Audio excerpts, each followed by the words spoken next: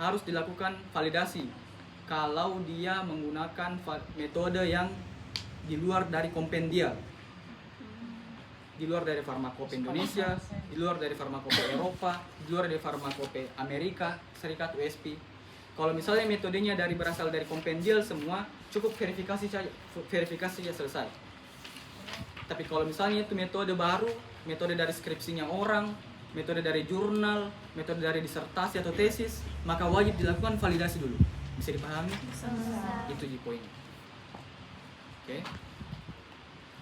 Ini adalah parameter-parameter dari validasi metode analisis. Ada yang mirip dengan punyanya UKS. Contohnya ini, yang pertama dulu ini, akurasi. Akurasi kita mau tahu apakah betul jika kalau misalnya saya sampelku 200 mg, betul jika ini HPLC bisa mengukur 200 mg pas. Oke. Diukur dengan melalui nilai persen recovery, persen perolehan kembali. Ada range-nya itu deh. 98 sampai 102%. Oke. Kapan di luar daripada rentang itu, berarti tidak akurat kini HPLC tak atau metode tak.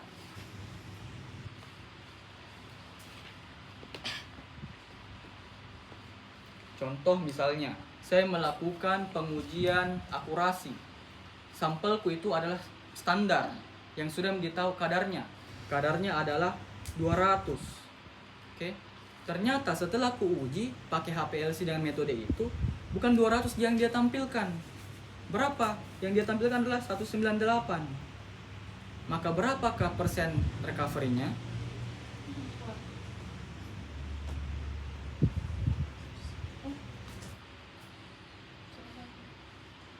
Rumusnya adalah nilai aktual dibagi secara nilai teori dikali 100%. Berapa, Dek? Berarti apa kesimpulannya kalau 99? Memenuhi. Karena syaratnya 98 sampai 102. Contoh misalnya lagi.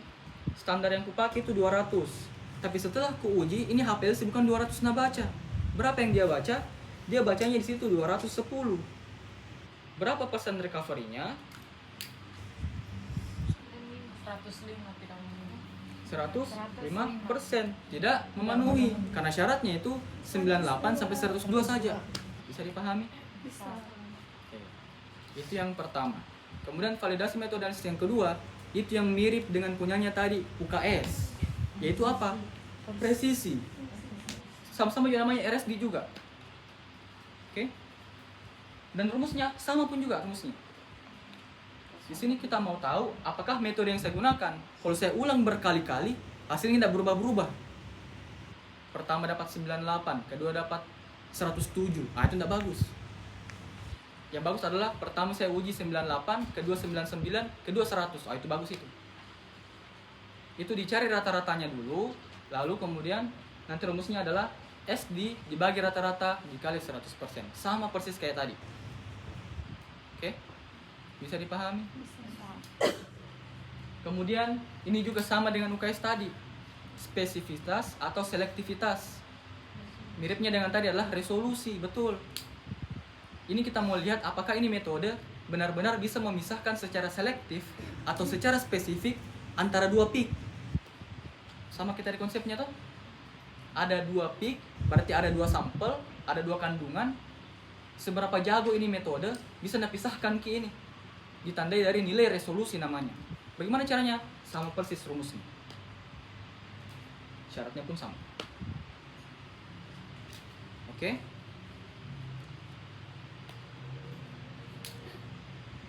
Kemudian ini adalah linearitas. Ini linearitas. Outputnya adalah didapatkan persamaan regresi linier. Yang Y sama dengan BX plus minus A. Ada slope, ada intercept. Linear itu artinya lurus. Oke. Ini dilakukan dengan cara ada pembanding, tapi bukan cuma satu pembandingnya, minimal 5. Oke, minimal 5 pembanding. Pembanding itu diuji masing-masing, di spektor masing-masing, di HPLC masing-masing. Kemudian diplotkan di sini. Yang dia harus menciptakan garis yang lurus. Semakin lurus ditandai dengan nilai R pangkat 2-nya. Semakin dia mendekati 1, semakin dia lurus. 0,099 misalnya. Kapan dia belok-belok, pasti yakin dan percaya nilai R pangkat 2 itu 0,1, 0,5. Pokoknya tidak mendekati 1, menjauhi 1. Nilai R itu cuma antara 0 sampai 1 gitu. 1 paling bagus. Bisa dipahami? Bisa. Berarti kalau 0 linear juga? Tidak, 1 yang linear. Kalau 0, wah tidak linear, mungkin di sini, di sini, di sini, di sini, di sini. Akhirnya dia tidak bagus kayak garisnya. Yang kita harap adalah kelima pembanding yang diuji tadi, kalau ditarik garis lurus, dia menciptakan garis yang lurus. Bisa dipahami? Bisa. Kemudian ada namanya LOD, Limit of Detection. Seberapa jago ini metode bisa mendeteksi sebuah sampel. Belum untuk dihitung, cuma untuk dilihat ada tidaknya. Belum dihitung, maka lebih kecil angkanya karena belum bisa dihitung. Yang penting bisa dilihat ada atau tidak, kualitatif. Maka rumusnya LOD pengalinya lebih rendah, yaitu 3 dikali standar deviasi dibagi slope. Apa tadi slope D? Yang ada X-nya. Limit deteksi. Ada sepupunya, namanya LOQ, Limit of Quantity. Batas minimal yang sudah bisa dapat dihitung. Oke, kali ini harus bisa dihitung. Tadi sekedar bisa dideteksi ada atau tidak. Sekarang sudah harus bisa dihitung. Maka angkanya lebih besar. Pengalinya lebih besar, yaitu 10 dikali SD dibagi slope, sama ya. Bedanya ini kali 10. Oke, bisa dipahami? Bisa. Kemudian yang terakhir namanya robustness atau ketangguhan. Apa itu maksudnya ketangguhan? Seberapa jago ini metode? Kalau awalnya Fadli kerjakan, terus nanti selanjutnya siapa lagi yang kerjakan, seberapa sama hasilnya? Mirip-mirip dengan presisi. Kalau presisi dalam keadaan yang sama persis, oke, diulang-ulang perlakuannya atau metodenya, tapi dalam keadaan yang sama, orangnya lakukan sama, tempat labnya sama, sampelnya sama, fase geraknya sama. Kalau robustness dilakukan di lab berbeda. Yang pertama saya pakai metodenya di Univeral, kedua saya melakukan metodenya di UMI, sama ndak hasilnya? Semakin tangguh dia adalah ketika dimanapun perbedaannya, hasilnya tetap sama atau tidak beda jauh. Bagaimana caranya bisa tahu beda jauh atau tidak? Rumusnya sama, pakai persen RSI. Misalnya di Univeral dihitung 98, ternyata di UMI 98 juga, itu bagus, tangguh berarti. Dengan adanya perubahan pada metode, pada orang yang mengerjakan, pada tempat dikerjakan, pada fase gerak, fase diam, tetap hasilnya tidak jauh beda. Itu tangguh namanya. Bisa dipahami? Bisa. Maka apa jawabannya ini? Sudah bukan. Nomor 7.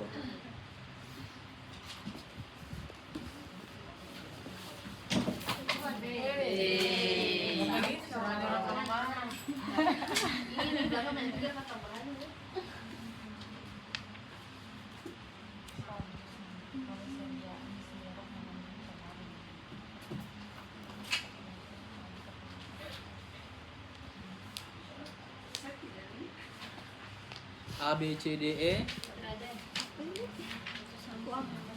Ada sampel, kita mau lihat cemarannya bagaimana.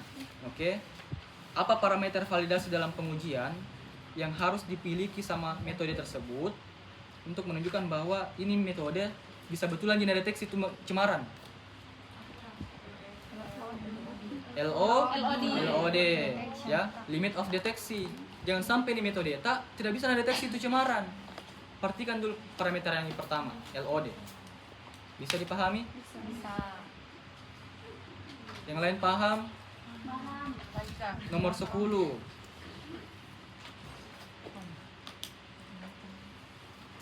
Ini dihitung faktor ikutan atau tailing faktor ya.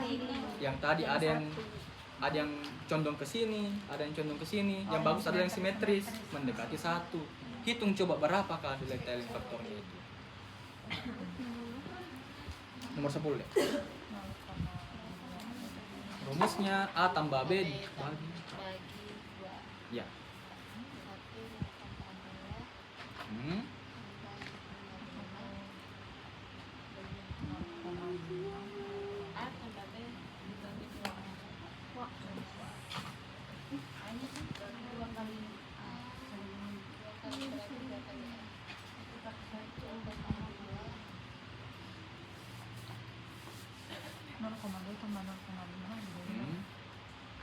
Bagi D.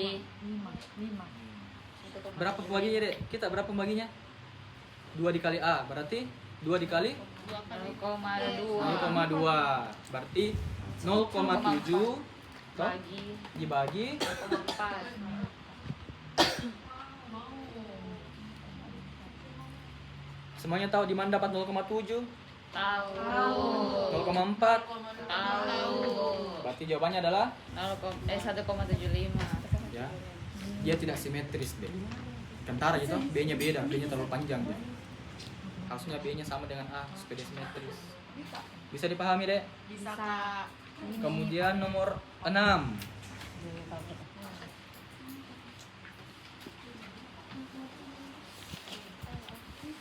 LOQ ini dia rumusnya LOQ perhatikan yang mana slope ini saya zoom yang mana slope nya di sini 31 Sebut, sebut. 77154 71543 toh karena yang ini intercept ini 311 0,7797 ya semuanya dapat dapat.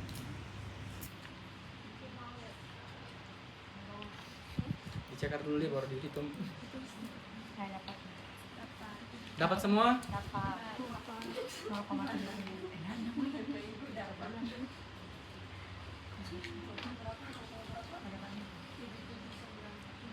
ya A ya jawabannya nomor 14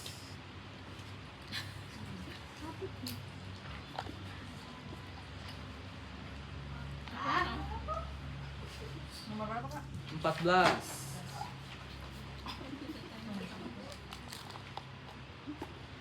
kira-kira parameter apa yang nauji nih seorang apoteker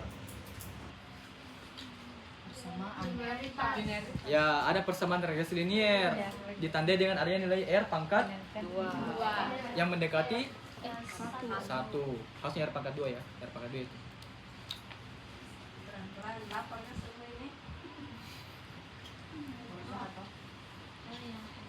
semuanya dapat Dapat. nomor 17 nah,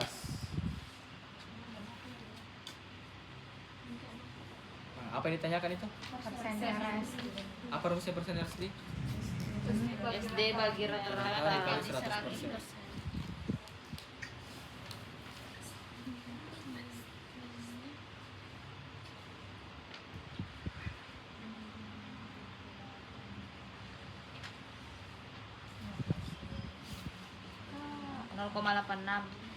Semuanya dapat? Tunggu dulu toh yang belum.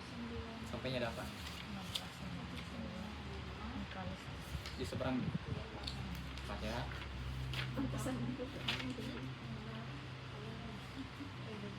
Yang di belakang dapat juga deh nomor 14 belum? Nomor nomor 6, nomor 17, nomor 17. C. Ya, dapat juga.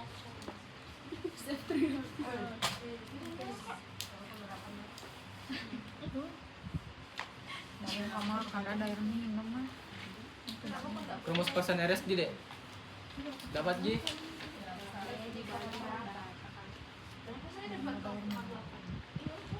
0,86. Di seberangnya deh, di halaman selanjutnya. Ada opsinya di situ. Ya, mohon maaf ya bukunya memang agak lain. Ya, nomor 19. Perhatikan baik-baik apa kira-kira nanti persen. LO? LOD. LOKD? Pelan-pelan. Deteksi berarti LO OD. OD 3 dikali SD dibagi 1 Slope. Berapa jawabannya itu, Dek? Saya juga hitung. 7 pelan-pelan nih. 3 kali SD. Baru dicatat. Itu pasti jawaban mungkin aja. Iya langsung. Males dicari kan. 8. 0,0 Ya. dikalikan 100 kah? Enggak. Ih, tidak gitu. 0,081. Ya. Semua yang lain dapat, Dek. Dapat. Yang di belakang Yuk, Kak. berapa, Dek? Dapat ini dikit-dikit dapat. 0,081. Oke. Berapa beda? Nomor 24 coba kita lihat nomor 24. Tuh. Ini interpretasi data ini. Apa itu persen kafe? Persen kafe sama aja dengan persen RSD. Berarti Oh. sama di rumus. Ya. Di bawah 2%. Iya, berarti langsung 1832 dibagi 18 3. Coba hitung dulu berapa persen RSD-nya. 0,76. RSD dibagi rata-rata. Ini jawabannya 0,763. Berarti di Tidak, baru kan. Kalian semua dapat berapa persen RSD-nya? 0,76. Berapa syaratnya? Lebih memenuhi syarat. Ya, berarti jawabannya benar adalah B. B karena memenuhi syarat karena kurang sama dengan 2%, maksimal 2%. Kurang boleh, lebih tidak boleh. Kalau pas 2%. Pas. Boleh. Masih dihitung. Berarti tidak kan? Tidak. Tidak. Kunya dulu, kunya. Nomor 48.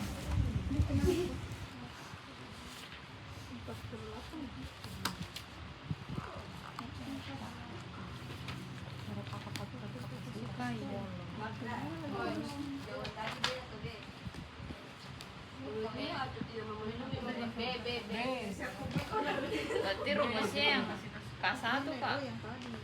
Yang iya, Rumusnya. yang keaksen sama dengan. Ingat ya, angkanya itu selalu yang di atas selalu besar dikurang kecil. Itu yang kalian ingat. Dibagi kecil. Syaratnya 1 sampai 10.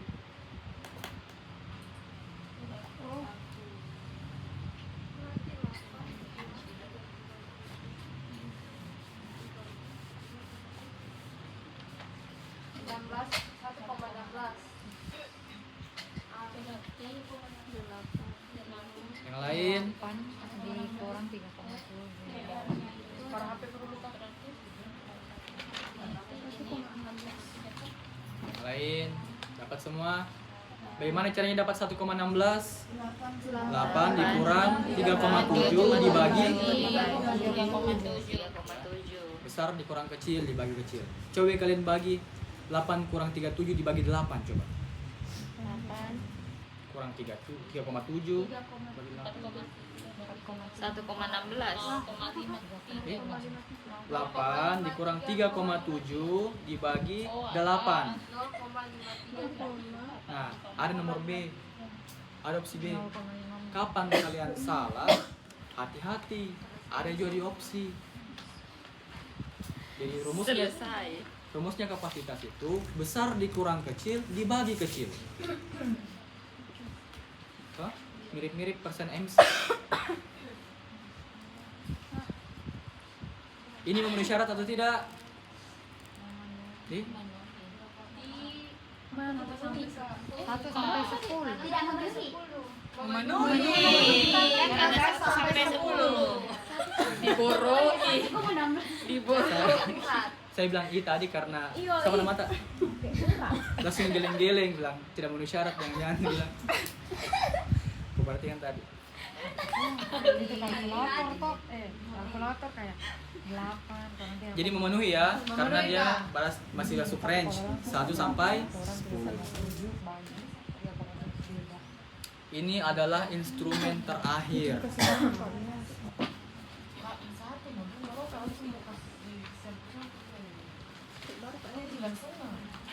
Ini tadi saya bilang yang rotasi optis. sampelnya itu yang gula. Karena gula itu kristal, dia bisa membelokkan cahaya. Makanya namanya rotasi optis cahaya mata ya. Yang saya mau jelaskan di sini bahwa rumusnya itu deh ada dua.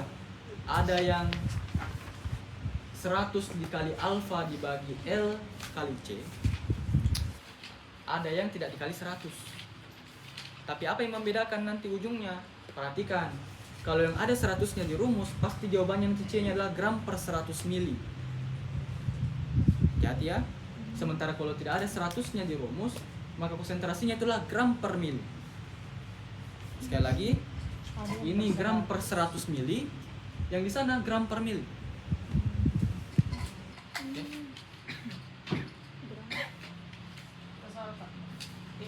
Siap.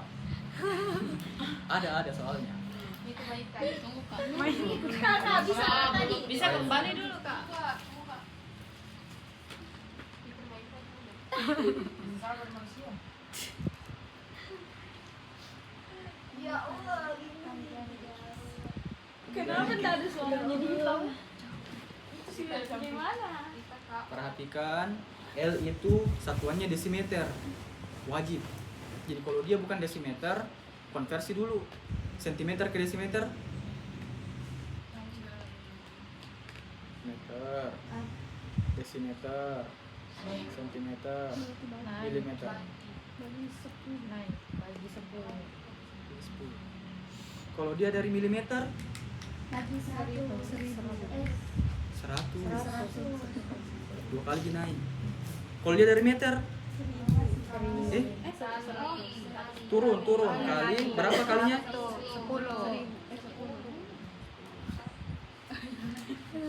Ya. Seperti itu. Sudah siap dengan soal? Siap. Ini soal. Gitu jawabannya. Mau kalian pakai rumus yang sebelah kanan, mau pakai yang sebelah kiri, sama aja jawabannya deh. Tinggal kalian mau hafalnya yang mana. Yang penting kalian paham konsentrasinya.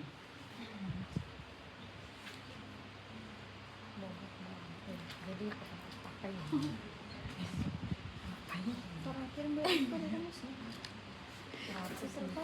Nih. Rotasi ya ada keterangan.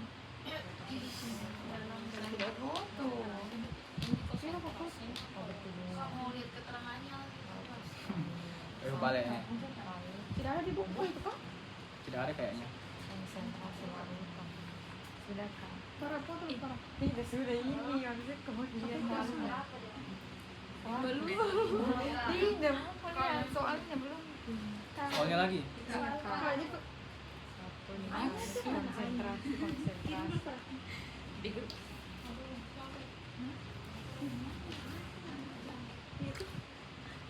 Dua nilai rotasi optik.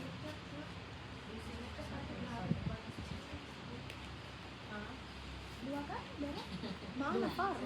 Yang C itu konsentrasi. Ada di foto kan?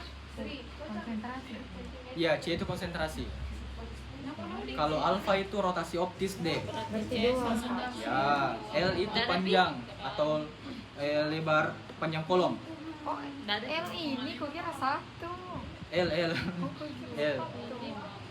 Itu konsentrasinya kak. Iya, hitung. Iya saya kira sama. Panjang Di situ kolom nih tantangannya. 20. Panjang jalur Ingat, L itu satuannya desimeter. Di atas sentimeter. Konversi dulu. Dibagi 10. Ya, berarti 10. 25. 2. 24. 20 naik. 24. Satu kali gini berarti 20 nih. Kan 10. 2. Lalu siapa sama? 100 dibagi 2 dibagi 2 dikali C 3. C-nya itu. 20 panjang bukannya kolom. Bagi. Sentimeter mau dipakai desimeter berarti 20 dikali 10. Dikali bagi 20 bagi 10. Yang mana C-nya? Berapa kira apa? Sampai sini. 25. Sampai sini. Semuanya mentok di sini. Kita kerja sama-sama. Perhatikan semua ya. Kalian mau pakai yang mana? Mau pakai yang rumus yang sebelah sini atau sebelah sana? Yang ini. Ini Ya, iya atau kanan? kiri atau kanan? Kiri. Kiri. Kiri atau kanan? Kiri. Kiri ya. Kiri mau pakai dulu. Di kiri persyaratannya konsentrasi adalah 1 gram per 100 mili.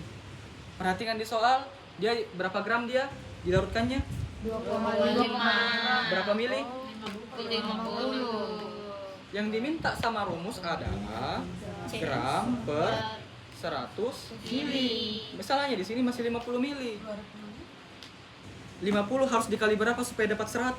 2. Kalau di bawah dikali 2, maka di atas dikali satuan. 2 kali 5 kali 2? 5. 2,5 kali 2? 5. 5. Ya, sorry ya. 2,5 dikali 2? 5. Masuk 5. Karena dia minta gram per 100 mili. Hitung ini berapa? Ini bisa kita coret. Jadi 100 bagi 5. Iya, berapa Mi itu? Ih, 100 bagi pakai kalkulator, pakai kalkulator. 20. Jadi jawabannya A. Kita coba bilang di sini ya. Di sini tanpa 100. Dia itu alfa alias 2 di sini di soal. Kalian tahu kenapa bisa ada 2 di sini?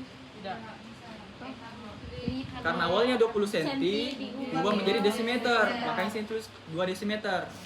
Dikali konsentrasi gram per mili deh. 1 gram per 1 mili. Masalahnya di sampel adalah 2,5 gram per 50 mili. Yang kita mau adalah gram per 1 mili.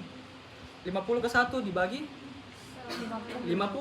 Bagi dengan dirinya sendiri. 50 bagi 50 1. Maka 2,5 juga dibagi 50. Oke, langsung saja 2,5 bagi 50 ya. 0,05. 0,05. Masuk di sini 0,05. Jadinya berapa?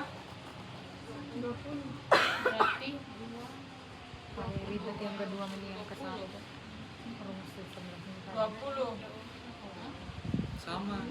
Berarti mendingin ini. Mendingin. Ya, kalian pilih mending-mendingnya yang mana?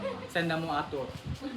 Pada akhirnya jawabannya mau kalian pakai rumus yang kiri, rumus yang kanan, sama di jawabannya. Nanti. Saya taruh mana? Saya taruh dulu. Masuk nanti muka kuliah.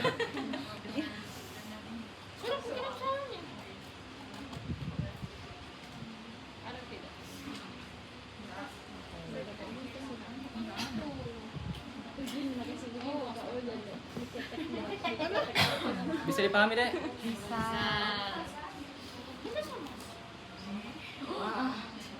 7 slide G, 7 slide. 70. 70. Ya. Kebanyakan moceh-moceh ya di sini. Sendiri foto.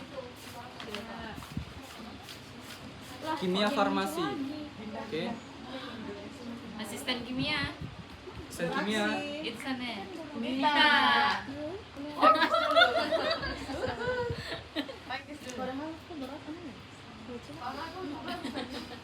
Bisa bukan asisten kimia. Karateka. Pasti jelek kan di dalam. Ulangi. Tapi kalau jelek enggak tuh. Bukan yang bilang gue. Oh, enggak bilang bintang, kita ambil sosok begini. Sudah kalah. Sudah peragangan? Sudah nih. Sedikit lagi guys ya, sedikit lagi guys.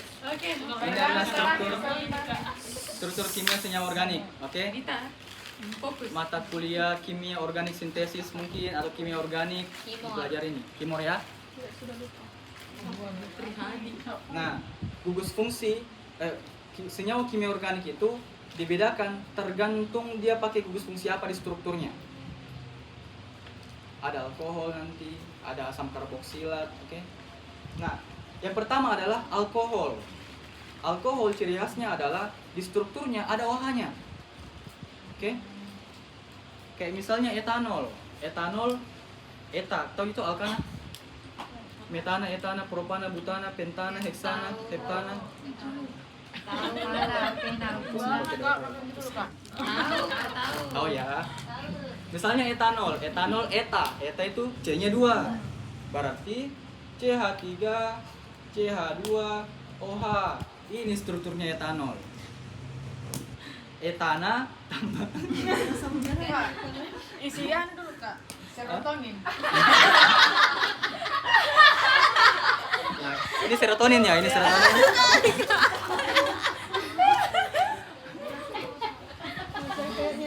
Nggak bisa.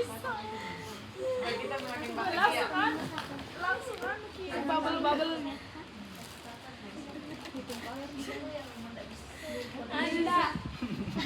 Lebih mending hitung kadar sih. Ya Allah. Tapi habis nih kak. Berapa nomor kemarin ini keluar di UKI kak? Tidak ada. Alhamdulillah. Aja begini keluar di kita. Kalau begitu karena tidak ada ini sebagai review materi saya nah. Walaupun misalnya kalian belum hafal, nggak apa-apa Ji. Masalahnya kita apoteker itu standar kompetensi ada kebanyakan sekali. Nah kala-kala dokter, di saat yang bersamaan harus kita tahu guideline terapi, efek samping, interaksi. Harus dia tahu bagaimana itu dikatakan lulus syarat kalau uji disolusi. Di saat yang bersamaan harus dia tahu berapa caranya menghitung keuntungan apotik. Banyak sekali mau ditahu apoteker.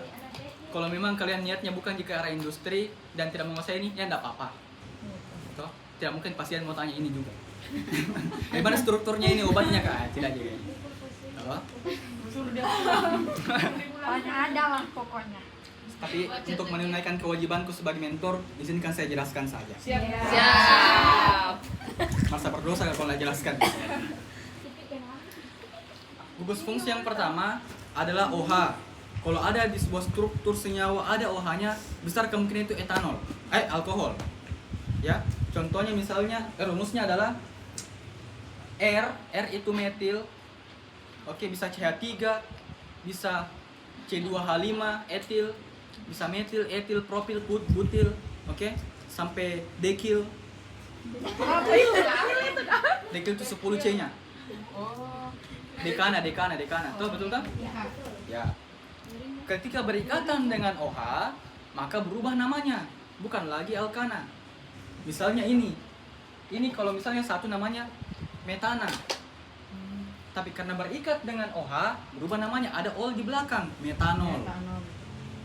Contoh ini, ada 2C, harusnya namanya etana, tapi karena berikatan dengan OH di belakang, berubah namanya, jadi etanol. Bisa pahami?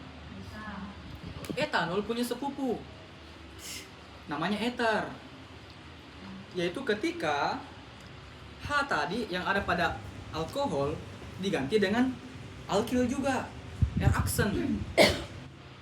Oke, alkil juga atau eraksen. Misalnya Kayak mengambang kayak apa yang kita bilang. Iya, tapi kita jujur saja pasti. ini namanya alkil. Alkil itu deh sebenarnya turunan dari alkana. Alkana kan ada banyak, toh. Metana, etana, toh. Propa dulu, baru butana, terus penta 5 ya. Baru heksa 6, hepta betul 7, okta, nona, deka. Ketik ini Pelajaran SMA nih. Iya, gue yang SMA tapi tidak ada nih. jadi ini 1 C-nya terus ke bawah sampai 10 C-nya. Oke. C itu dia tangannya 4. Toh? Jadi kalau misalnya 1 C dia bisa mengikat 4H atau CH4. Ini yang kita sebut sebagai metana. Toh, metana dulu. Kalau misalnya hilang hanya 1, yang awalnya CH4 itu adalah metana, hilang hanya 1 menjadi CH3, ini yang kita sebut sebagai alkil. Karena ini adalah metana asarnya, maka nama alkilnya adalah metil. Bisa dipahami? Bisa kan. Nanti ada di sini begini, banyak tuh. Karena hilang hanya 1, kabur entah kemana. Oke, yang awalnya metana jadi metil. Kalau misalnya 2 Kak, bagaimana 2 C-nya? Oke, 2 C-nya. Punya 3 sama 4. Kalau harusnya 2 C-nya 2 C-nya harusnya seperti ini. Oke, ini namanya etana. Etana. Dua sama-sama. Tuh. Tiga. Kapan hilang satu H-nya, berubah namanya menjadi etil. Nama alkilnya itu. Boleh? Boleh. Berikutnya kalau saya tulis R itu alkil deh. Bisa metil, bisa etil, bisa propil, sampai butil, sampai dekil. Iya dekil. Oke. Ada aksen kimia di sini hati-hati. Betul gitu? Iya. Nah, yang terjadi pada sepupunya alkohol itu punya sepupu. Ya, namanya ether. Apa yang terjadi pada ether? Hanya pergi. Awalnya sama OH di sini tuh hanya pergi. Apa yang ganti? Alkil lagi. Oke, maka namanya adalah misalnya alkilnya di sini saya mau kasih adalah metil. Oke, metil ya. Maka namanya adalah etil, metil, ether. Berubah dia namanya. Bisa dipahami? Oke, pelan-pelan ya. Lanjut lagi. Eter. Oke.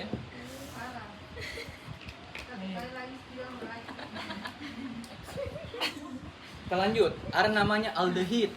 Deh. Aldehid itu deh. Kalau tadi kan kalau alkohol rumus strukturnya adalah COH. Kalau dia ether COR. Oke, alkil lagi. Kalau aldehid deh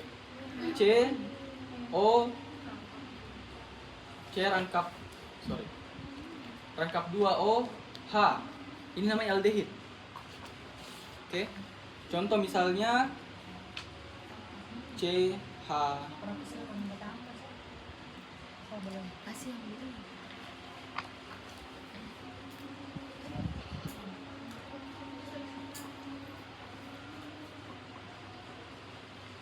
Saya pakai contoh yang di atas saja. Misalnya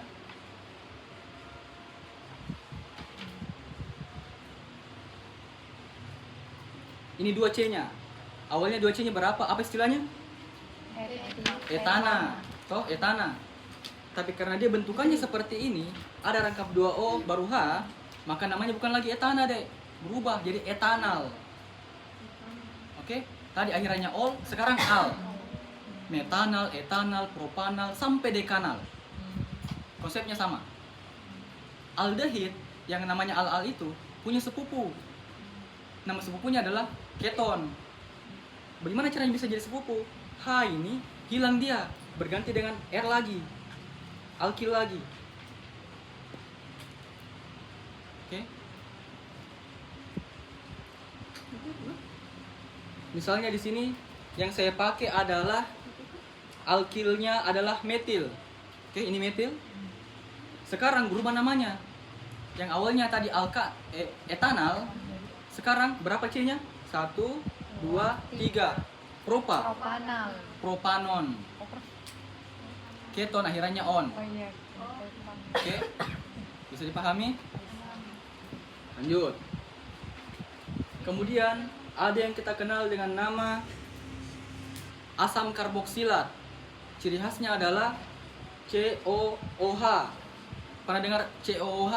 Pernah. Di asam cuka, asam asetat atau kimia, itu berarti dia kategori asam karboksilat.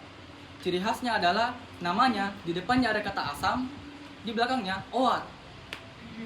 Oke. Misalnya ini adalah di atas CH3COOH. Ya. CH3COOH. CH3COOH berapa C-nya, Dek? 2. Berarti namanya adalah asam etanoat. Ada asam di depannya, akhirannya OAT. Asam karboksilat punya sepupu. Sepupunya adalah ester. Ditandai dengan hanya hilang lagi. Berganti dengan apa? Alkil lagi.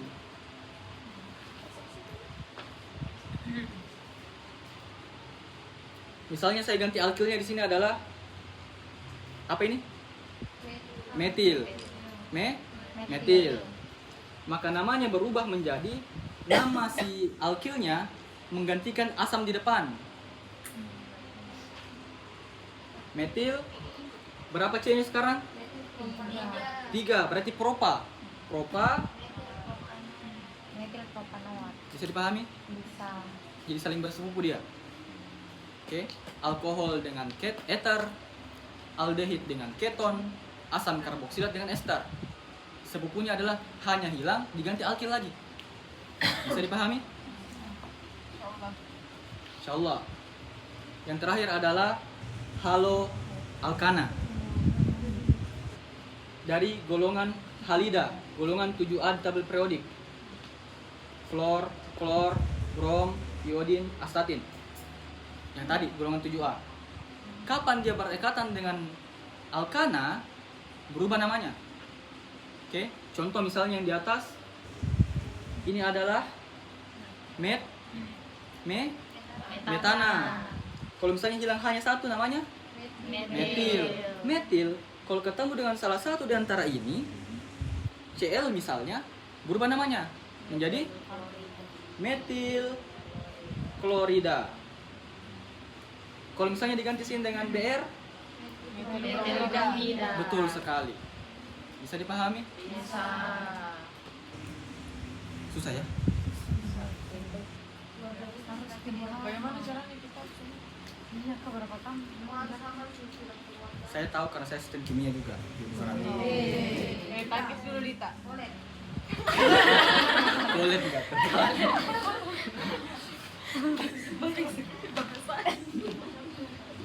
Perhatikan ini lagi jenis reaksi kimia, teman-teman.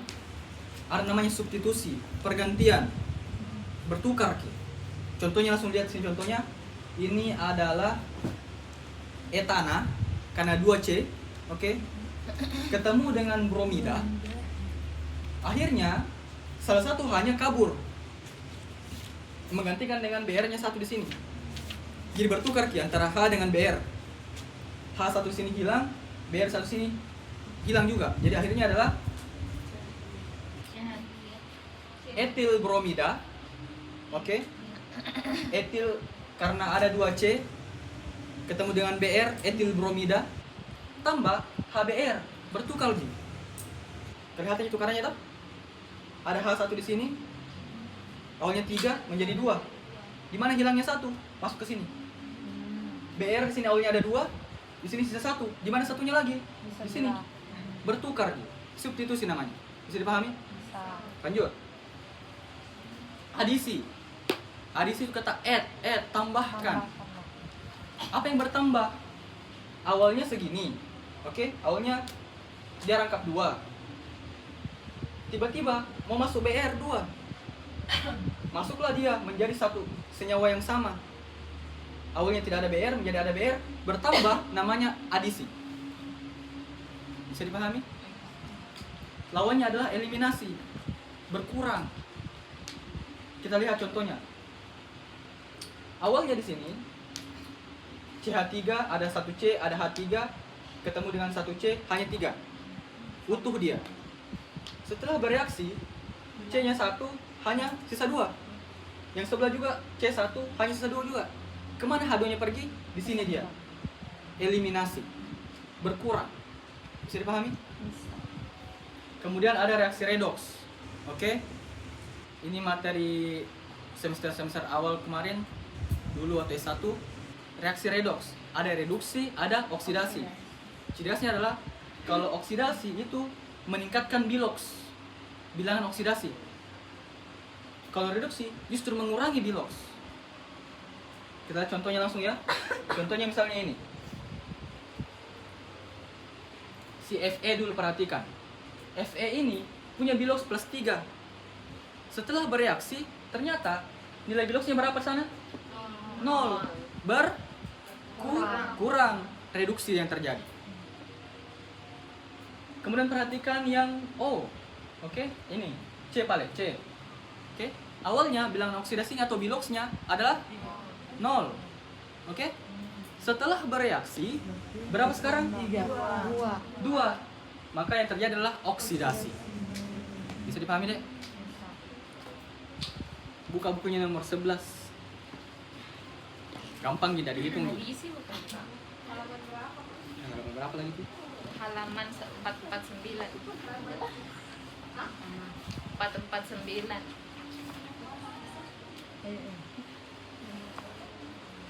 Nomor berapa? Nomor Nomor 11. 11. Adisi bukan?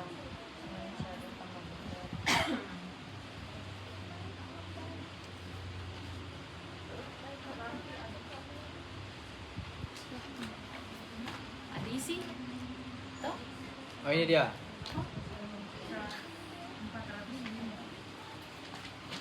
Adisi. Tunggu dulu yang lain lihat ya. Betul nih jawabannya tapi. Adisi. Apa jawabannya A, B, C, D, E? Kenapa bisa A, Dek? Bisa dijelaskan kenapa bisa A? Karena dia bertambah. Ya, bertambah. Awalnya BR-nya di luar, Jadi ikut masuk ke dalam sini, akhirnya menjadi satu kesatuan, bertambah atomnya. Namanya adisi. Nomor 12-nya? Oh, sorry, bukan nomor 12. Nomor 13-nya?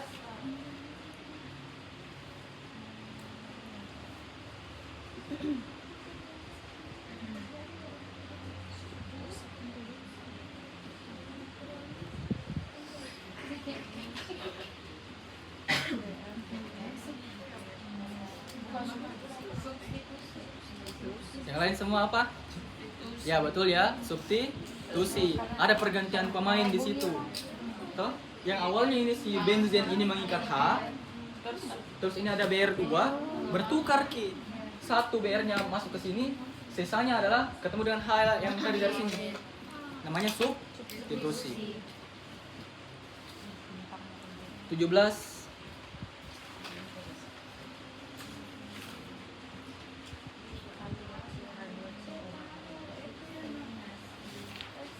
Eliminasi.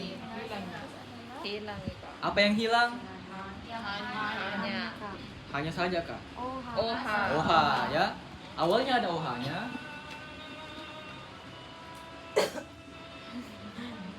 Oke, awalnya ada OH-nya, di sebelah sana tidak ada OH-nya. Tereliminasi OH-nya. Reaksi eliminasi. Nomor 27.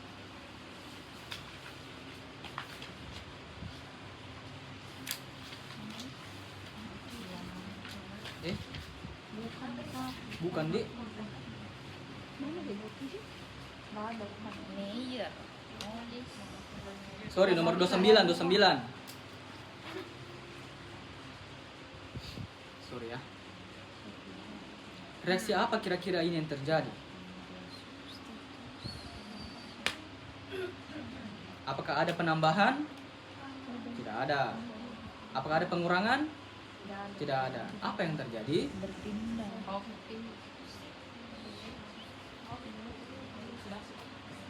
Yang PD? Apa jawabannya? Ada yang bilang oksidasi. Substitusi. Ya, hidrolisis lagi. Belum kita bahas ya. Yang benar adalah substitusi. Apa yang berganti di situ, Dek? CL. OH. Ya, dengan OH. Toh? Pergantian pemain di situ ya. Nomor selanjutnya nomor 32. Dia lapis posisi. Ambil posisi. Habis nih. Nggak ada. Tadi Artamanya singgung tentang hidrolisis. Ya, itu merupakan salah satu jenis reaksi kimia juga. Oke. Hidrolisis itu, Dek. Hidro itu air, lisis itu pecah atau rusak. Berarti adalah dia kalau misalnya kena ke air, dia terlepas, terpecah. Yang awalnya dia utuh seperti ini, amonium klorida, NH4Cl, kena dengan H2O alias air, akhirnya terhidrolisis menjadi NH4OH, keluar H plusnya dengan keluar juga Cl minusnya. Oke? Bisa dipahami? Bisa dipahami? Ulang. Reaksi hidrolisis adalah katanya, tidak salah katanya ya, hidro itu air, lisis itu pecah atau rusak. Berarti apa? Kalau misalnya ada suatu senyawa ditambahkan dengan air dan dia mengalami kerusakan, maka yang terjadi adalah reaksi hidrolisis namanya. Penguraian karena ada penambahan air. Contoh ini NH4Cl, awalnya dia utuh, ketemu dengan air, terpecah dia, Cl-nya berada di sini, H-nya berada di sini, OH-nya masuk di sini. Bisa dipahami? Kemudian saponifikasi. Oke, saponifikasi itu reaksi antara ester ditambah dengan basa menghasilkan garam dengan gliserol. Ini reaksi pembuatan sabun deh sebenarnya, ya. Pembuatan sabun, saponin. Ada busa. Tuh. Di sini ada berupa bentuknya ester. Oke. Ester yang saya jelaskan tadi ada COOH, tapi hanya diganti dengan alkil. Ketemu dengan basa kuat, menghasilkan alkohol. Alkohol karena ada gugus OH-nya di sini. Namanya gliserol, dia punya nama. Oke. Bertambah, hasilnya adalah sabun. Sabunlah itu adalah garamnya. Apa itu? Sekarang apa itu? Kemudian yang di sebelah sana adalah esterifikasi, ya, pembentukan ester. Oke, bagaimana caranya kalau mau kita bikin ester? Gampang. Bahannya adalah alkohol dengan asam karboksila, akan menghasilkan ester. Ini deh adalah gugus asam karboksila. Oke, COOH yang tadi saya jelaskan toh. Ketemu dengan alkohol ROH, hasilnya nanti adalah sana RCOO, H-nya hilang diganti dengan alkil lagi RCOR adalah gugus fungsi dari ester. Tambah di sana adalah air, efek sampingnya. Bisa dipahami? Ini adalah reaksi-reaksi untuk radikal-radikal bebas. Oke? Kita tahu radikal bebas itu sangat buruk ya. Makanya kita perlu antioksidan untuk menangkal radikal bebas tersebut. Apa yang terjadi pada radikal bebas? Radikal bebas sebenarnya adalah atom yang tidak stabil. Ditandai dengan ada satu muatannya tidak punya pasangan. Oke?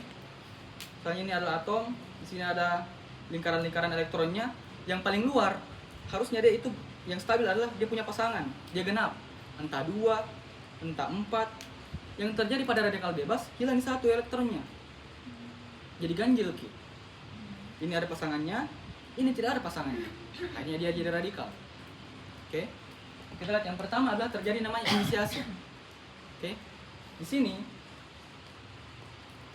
ada Cl2 bergabung.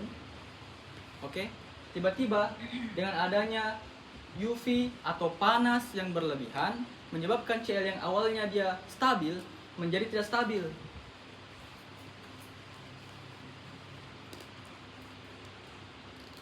Awalnya dia stabil begini, tercipta dua atom yang tidak stabil. Inilah radikal bebas pertama kali terbentuk.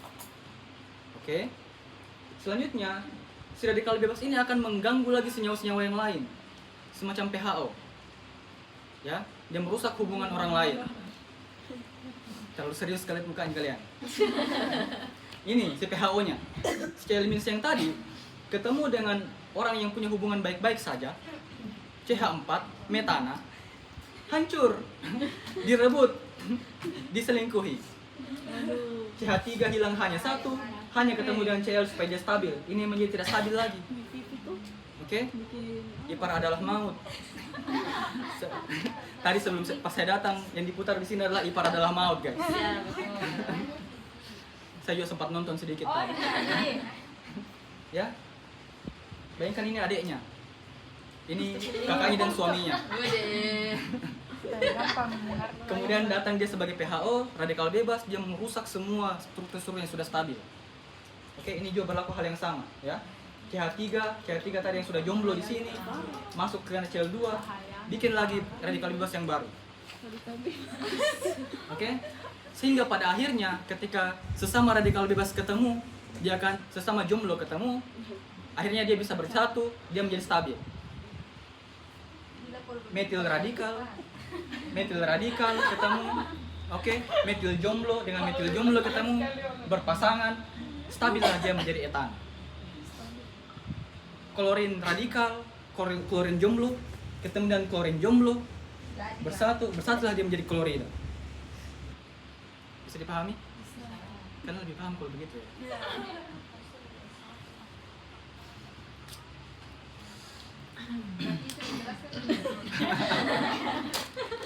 Gampang Gi.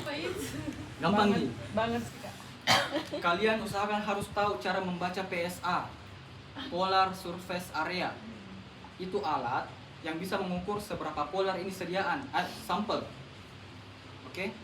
Saya bilang bahwa semakin banyak rantai karbonnya, semakin non-polar, semakin sedikit, semakin polar. Oke? Cara bacanya gampang gitu. Harus disertai dengan tabel ini. Dan mungkin tidak ada tabelnya kalau ada soalnya. Oke? Pertanyaannya adalah, dari sampel yang ini, yang kita tidak tahu apa namanya, berapakah nilai PSA-nya?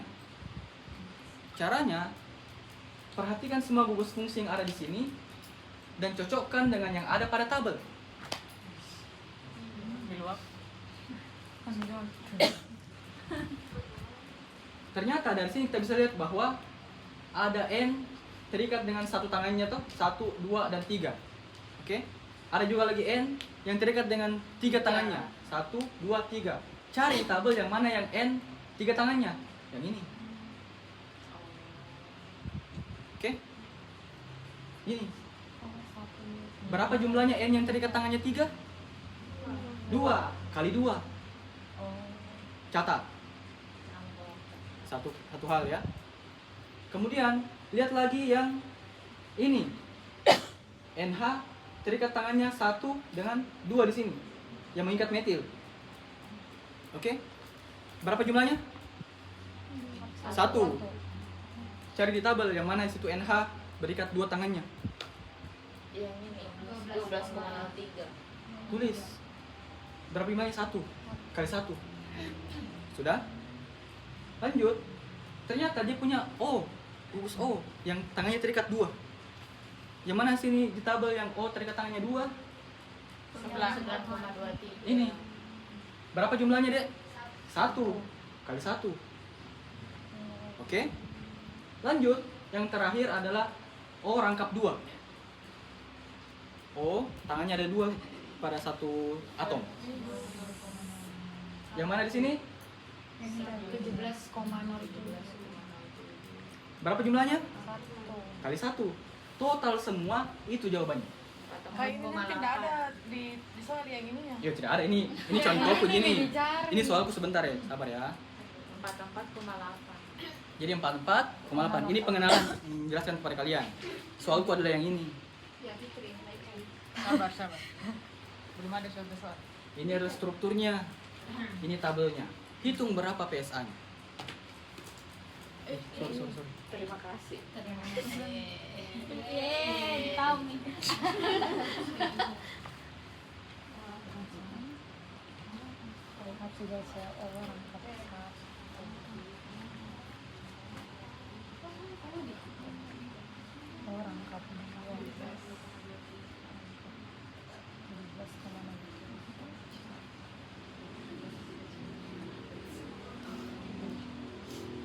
Kenapa tidak menghitungin? Kak, hati GCO. Ini O terikat tangannya 2. 1 ke sana. Di sini harusnya ada lagi tangan, di sini 1 ke metil. Jadi O itu 2 tangannya. Oke? Cari di tabel yang O 2 tangannya.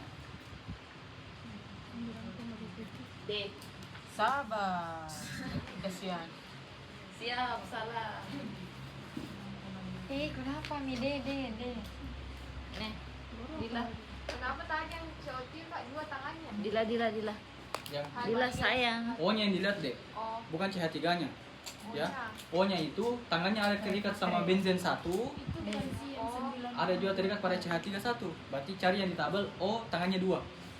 29,5. D 46,5. Dek, Pelan-pelan. Nih. Dapat semua? Dapat. Ada berapa situ tabel ada berapa sih itu gugus fungsi yang dihitung dalam tabel? 3. 3. Apa yang pertama deh? OH. OH kali dulu. Oke, OH. Yang mana OH ini ya? OH tangannya terikat sama 1. Berapa jumlahnya? 20,23. Nilainya adalah 20, 20,23. apalagi gugus fungsinya? Oh, rangkap Yang orang 2. kap dua. Oh, rangkap 2. Jumlahnya Dua tangannya, toh? 17,07. Oh, rangkap 2 tuh. Oh, rangkap 2. Oh, rangkap 2. Oh, rangkap 2. 1. 1. Berapa nilainya? 17,07. Kak itu selalunya 1 kali saja kakak. Tergantung jumlahnya berapa. Di mana dilihat Kebe- itu? Berapa kali beginian ada muncul? Kebetulan cuma 1 kali. Apalagi gugus fungsi yang ada? Orang yang 2 tangannya kak. Rangkap 2. Oh, Tidak kak, oh kakinya yang dua. ini yang Yang 9,23. satu. Ya, tangannya ada 2. 9,23. 9,23. 46,53. Jumlahnya 46. Ya, terima kasih. 46,53. C. B. Iya dulu. Nah, kalau begitu berarti kami itu 2. 3 cowok 3 karena satunya berkata dengan Matthew. O-nya. Iya, berarti O yang tangannya 2. Kak, misalnya ada lagi rangkap 2, O2-nya dengan atas, berarti 2 dikali 17,07. Iya. Kebetulan di sini satu-satu semua, makanya kali 1 kali 1 kali 1. Oke. Padahal gampang. Ya. Oke, bismillah. Terima kasih. Terima kasih. Selesai. Ada, Kak? Namaste.